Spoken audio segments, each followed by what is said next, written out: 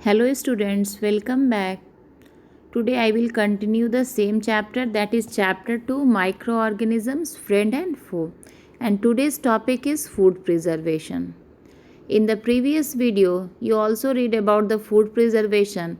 So let's recapitulate the previous topic. That means what are the topics that you have read in the previous video. So in the previous video we have read about the what is food preservation, what are the basic importance of food preservation, and mainly we have focused on the traditional methods of the food preservation, which mainly involves sun drying or dehydration, pickling, fermentation, adding salt, adding sugar. So that means we have read in detail about these traditional methods in our previous video. Now in today's video we will learn about the modern methods of food preservation. Modern methods that mainly includes canning, pasteurization, freezing, irradiation, and addition of the chemicals, advances in packaging. Materials have played an important role in modern food preservation. So let's one by one we will read about that, the modern methods of the food preservation. So first is canning. Canning is a preservation method that involves placing foods in jars or similar container and heating them to a temperature that destroy microorganisms and that cause food to spoil. During this heating process, air is driven out of the jar and as it cools, a vacuum seal is formed. So actually, I think might be you have familiar about the cold drinks which are available in can. So actually what happens, the canned food items in can, mainly the food items, the liquid that is stored or whatever the food product that is stored in the jar or metallic containers. So first it is heated, that may destroy the microorganisms, and after that air, so whatever the air that is present inside the jar, that is removed. So that means the vacuum is created. And what happens when vacuum is created, as we know that in air also various microorganisms are present which may spoil the food items. So when there is no air, all the air may go outside by creating the vacuum process. And the container also act as a physical barrier. So if air that is present outside, they are not able to come inside the food item. So in this way they may prevent the spoilage of the food items. So let's see what are the advantage and disadvantage of canning. So what are the advantages of canning? Canning alters food chemically by changing the moisture, pH or salinity levels to protect against microbes. Right now I told you that remove the moisture, because when we heat any product, the moisture content that is present, that will be removed. It also change the pH, that is mainly a scale which is used for, that means measuring the things that either they are acid, basic or neutral. Bacteria, actually the various microorganisms that are present, so it prevents the food items from certain microbes. It also limits the food enzyme activity, so it also prevents the enzyme activity which may cause the spoilage of the food.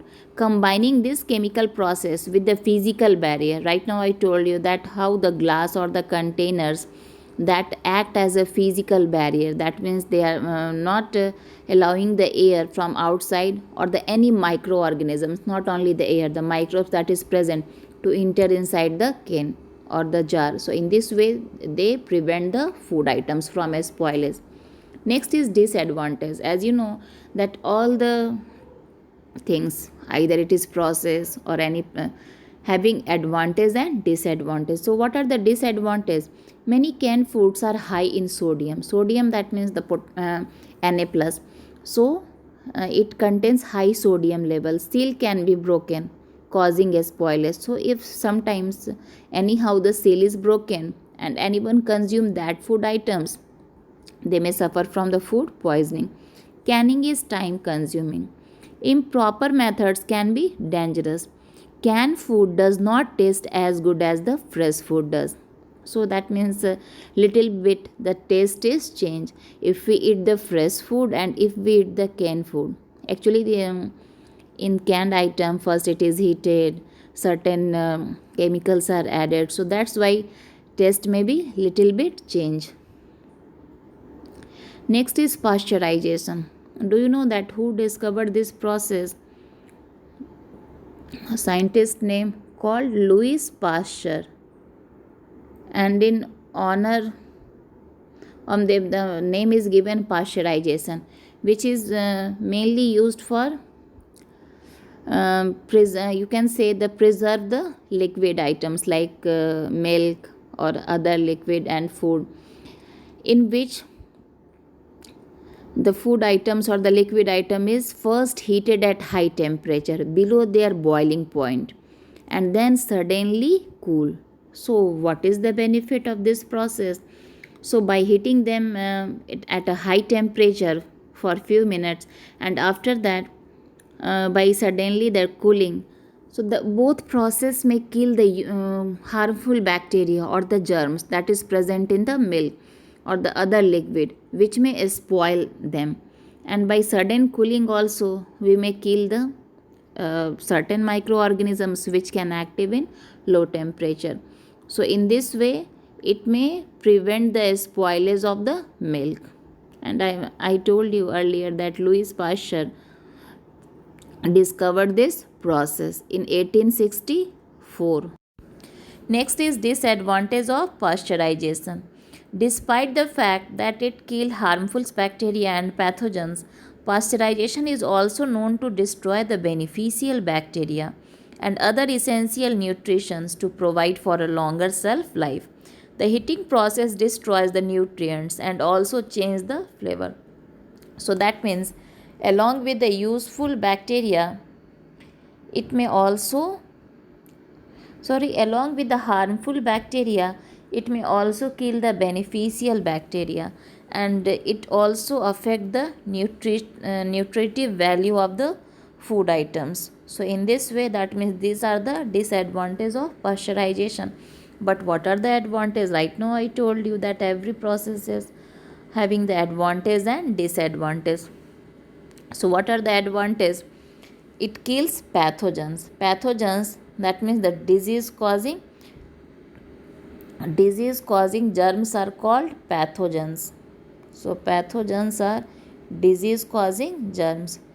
It also enhance a storage period. So that means the food may be stored for long duration and deactivates enzymes. It also deactivates enzymes which may act on the food items and can spoil them. Next, using different chemicals as a preservatives. I think might be you may like the tomato ketchup, jam and jelly. Do you know that in the preparation of these food items certain chemicals are used? So that's why when it is packed in a container, either it is a jar, so it may be used for a very long period of time. So how it is possible? It is possible because of the use of the certain chemicals, and that chemicals are called preservatives. Preservatives, that means the chemicals which is used to preserve the food item. So preservative, that means the chemicals which is used to preserve food. So that chemical is called preservatives. So what are the examples? Examples of the certain chemical food preservatives are benzoate, mainly the sodium benzoate, benzoic acid, nitrite such as sodium nitrite, p-sulfide such as sulfur dioxide, sorbitate such as sodium sorbitate, potassium sorbitate. So these are the chemicals which are mainly used in the preparation of the food items which is stored for a long period of time, like jam, jellies, tomato sauce or the ketchup. So in this the chemical that helpful in preserve the food items for a long duration of time. So by using chemicals also we can preserve the food items. Next is deep freezing. I think we have discussed about the using refrigerator in the traditional methods. Deep freezing at the very low temperature. I think you have familiar with deep freezer.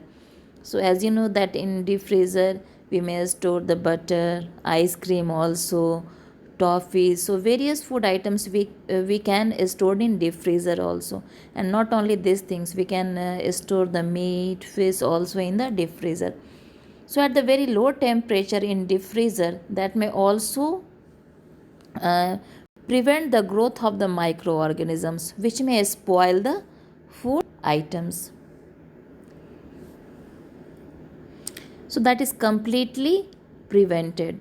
Due to this, the frozen food remains unspoiled and fresh for long periods. So when we froze, I think nowadays the various things can be available: frozen peas, frozen beans. So that means we can use them for a long period of time. So that means they are fresh for long periods. Deep freezing method is used for the preservation of the food like meat, fish, fruits and vegetables. So these are the